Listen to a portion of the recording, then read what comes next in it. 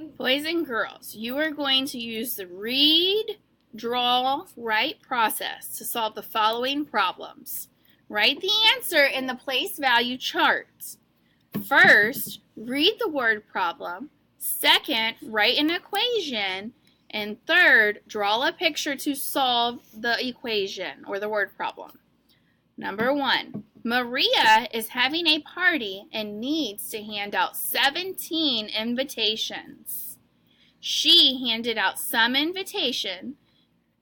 She has 12 more invitations to hand out. How many invitations has she already handed out? So boys and girls, what was your total number? Then she handed out some. Now she handed out 12 more.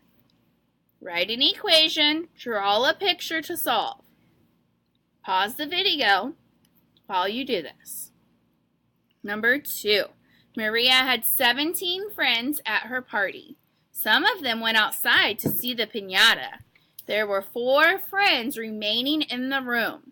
How many friends went outside? Remember, write an equation and draw a picture to solve.